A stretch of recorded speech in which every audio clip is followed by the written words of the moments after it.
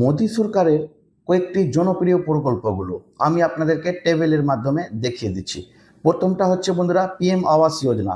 এই যোজনা অনুযায়ী গরিবরা বাড়ি পেয়েছে, সেটা হচ্ছে 1,20,000 থেকে 1,80,000 টাকা পর্যন্ত। তারপর হচ্ছে আয়ুষ্মান ভারত।